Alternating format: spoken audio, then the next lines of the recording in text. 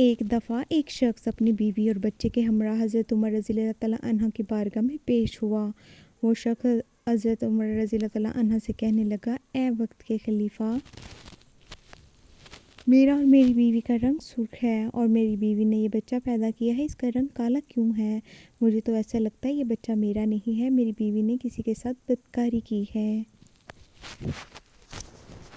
جس کی وجہ سے اس بچے کا رنگ ہم دونوں کے ساتھ نہیں ملتا۔ وہ شخص بار بار اپنی بیوی پر الزام تراشی کر رہا تھا۔ بیوی نے روتے ہوئے حضرت عمر رضی اللہ تعالیٰ عنہ سے کہا، اے امیر المومنین، میں سچ بول رہی ہوں، میں نے کبھی بھی امانت میں خیانت نہیں کی، یہ میرا خاوند ہے، یہ بچہ اسی کا ہے، میں نے ہر وقت اپنے شوہر کے ساتھ وفاداری کی ہے، میں نے ہمیشہ اپنے خاوند کی موجودگی اور غیر موجودگی میں اپنی عزت کا خیال رکھا ہے، میرا شوہر مجھ پر یقین نہیں کر رہا۔ شوہر نے کہا، اے امیر المومنین، میری بیوی جھوٹ بول رہی ہے، یہ بچہ میرا نہیں ہے، یہ بچہ کسی اور کا ہے، اگر یہ بچہ میرا ہوتا تو اس کا رنگ ہم دونوں جیسا ہوتا، اس بچے کو دیکھ کر صاف صاف ظاہر ہوتا ہے کہ یہ بچہ میرا نہیں ہے، میری بیوی جھوٹ بول رہی ہے۔ بیوی مسلسل زاروں قطار رو رہی تھی، خاوند اپنی بیوی کی ایک بات سننے کو بھی تیار نہیں تھا۔ حضرت عمر رضی اللہ تعالیٰ عنہ نے سوچا کہ کیوں نہ اس معاملے میں داماد رسول حضرت علی شیر خدا سے مدد لی جائے۔ حضرت عمر رضی اللہ تعالیٰ عنہ خاوند، بیوی اور بچے کو ساتھ لے کر حضرت علی رضی اللہ تعالیٰ عنہ کے پاس تشریف لے گئے۔ انہوں نے حضرت علی رضی اللہ تعالیٰ عنہ کو سلام پیش کیا۔ حضرت علی نے سلام کا جواب دیا۔ حضرت علی رضی اللہ تعالیٰ عنہ نے دریافت کیا، اے عمر رضی اللہ تعالیٰ عنہ، کیسے آنا ہوا؟ حضرت عمر رضی اللہ تعالیٰ عنہ نے فرمایا، اے علی رضی اللہ تعالیٰ عنہ، ہم ایک مسئلہ پوچھنے کے لیے آپ کے پاس تشریف لائے ہیں۔ حضرت علی رضی اللہ تعالیٰ عنہ نے خاوند سے کہا، اے بندے، میں جو کچھ بھی پوچھوں گا تم نے اس کا جواب سچ سچ بتانا ہے۔ اس شخص نے کہا، ٹھیک ہے، پوچھئے، کیا پوچھنا چاہتے ہیں؟ حضرت علی رضی اللہ تعالیٰ عنہ نے پوچھا، اے اللہ کے بندے، جب تیری بیوی حالت حیض میں تھی، کیا تو نے اپنی بیوی کے ساتھ ہم بستری کی تھی؟ یہ سوال سن کر آدمی نے کچھ لمحے کے لیے خاموشی اختیار کی، پھر کہنے لگا، ہاں، یہ بات سچ ہے کہ میری بیوی حالت حیض میں تھی تو میں نے اپنی بیوی کے ساتھ ہم بستری کی تھی۔ حضرت علی رضی اللہ تعالیٰ عنہ فرمانے لگے، اے بندے، یہ بچہ تمہارا ہی ہے، بلا وجہ اپنی بیوی پر الزام تراشی نہ کرو۔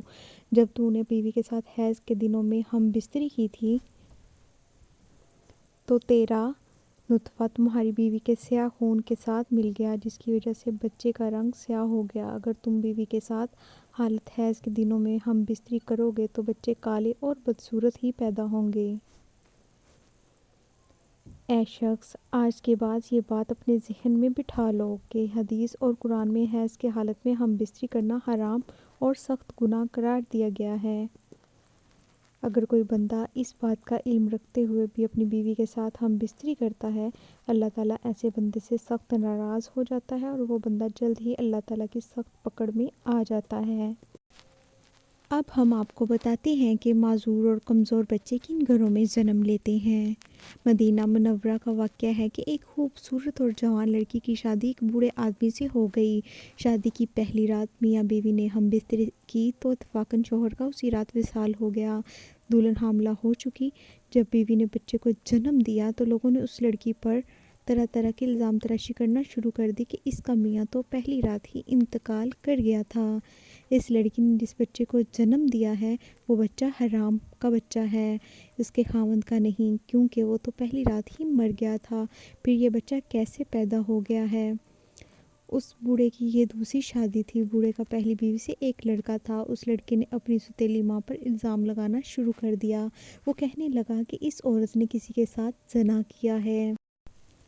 یہ بچہ میرے باپ کا نہیں ہے، یہ بچہ حرام کی اولاد ہے۔ یہ الزام میں پیش ستیلا بیٹا تھا، کیونکہ وہ چاہتا تھا کہ کسی طرح دنیا والے یہ مان لیں یہ بچہ میرے والد کا نہیں ہے بلکہ اس عورت کی حرام کاری کا نتیجہ ہے، تاکہ والد کی ساری وراثت کا حقدار میں ہی ٹھہروں، کہیں یہ بچہ میرے برابر کا شریک نہ ہو جائے۔ اس وجہ سے بوڑھے کے بڑے بیٹے نے اپنی ستیلی ماں پر الزام تراشی کی کہ میرا باپ تو شادی کی پہلی رات ہی مر گیا تھا، تو یہ بچہ کہاں سے آ گیا ہے؟ دیکھتے ہی دیکھتے وہ بچہ 4 سال کا ہو گیا اور چلتا چلتا یہ معاملہ بھی قاضی کی بارگاہ میں پہنچ گیا۔ بوڑھے کے بڑے بیٹے نے قاضی سے کہا، اے قاضی محترم، میرا باپ تو شادی کی پہلی رات ہی مر گیا تھا، یہ بچہ میرے باپ کا نہیں ہے۔ اس عورت سے پوچھا جائے کہ یہ بچہ کس کا ہے، میں اس بچے کو اپنا بھائی ماننے کو تیار نہیں ہوں۔ سوتیلا بیٹا کچھ گواہوں کو اپنے ساتھ لے کر آیا تھا، گواہوں نے بھی یہی گواہی دی کہ اس کا باپ تو پہلی رات ہی مر گیا تھا، یہ بچہ اس کا بھائی نہیں ہے۔ یہ بات سن کر قاضی کو یقین ہو گیا کہ یہ بچہ عورت کی بدچلنی کا نتیجہ ہے۔ چنانچہ قاضی صاحب فیصلہ کرنے والے ہی تھے کہ حضرت علی رضی اللہ تعالیٰ عنہ عدالت میں تشریف فرما ہوئے۔ جب حضرت علی رضی اللہ تعالیٰ عنہ نے یہ سارا قصہ سنا تو حضرت علی رضی اللہ تعالیٰ عنہ نے بڑے بیٹے سے سوال کیا، اے بچے، یہ دونوں میاں بیوی کتنا عرصہ کٹھے رہے تھے، اور جس بچے کو تم اپنا بھائی ماننے کو تیار نہیں، وہ بچہ کہاں ہے؟ بڑے لڑکے نے جواب، اے علی رضی اللہ تعالیٰ عنہ، وہ بچہ اس وقت ہمارے پاس نہیں ہے۔ حضرت علی رضی اللہ تعالیٰ عنہ نے کہا کہ تم کل اس بچے کو اپنے ہمراہ یہاں لانا، کل انشاءاللہ تعالیٰ تمہارا فیصلہ ہو جائے گا۔ اگلے دن وہ لڑکا اپنے سوتیلے بھائی کو ساتھ لے کر آیا اور کہنے لگا، یا علی رضی اللہ تعالیٰ عنہ، یہی وہ بچہ ہے جس کو میں اپنا بھائی تسلیم نہیں کرتا۔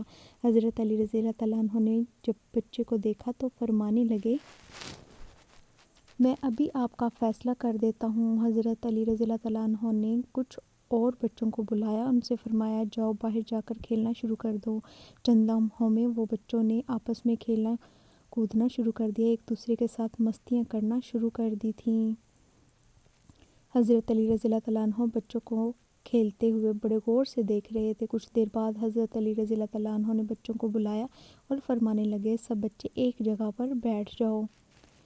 سب بچے حضرت علی رضی اللہ تعالیٰ عنہ کے پاس آ کر بیٹھ گئے۔ اس کے بعد حضرت علی رضی اللہ تعالیٰ عنہ نے سب بچوں کو ایک ساتھ کھڑے ہونے کا حکم دیا تو سب بچے ایک ساتھ کھڑے ہو گئے۔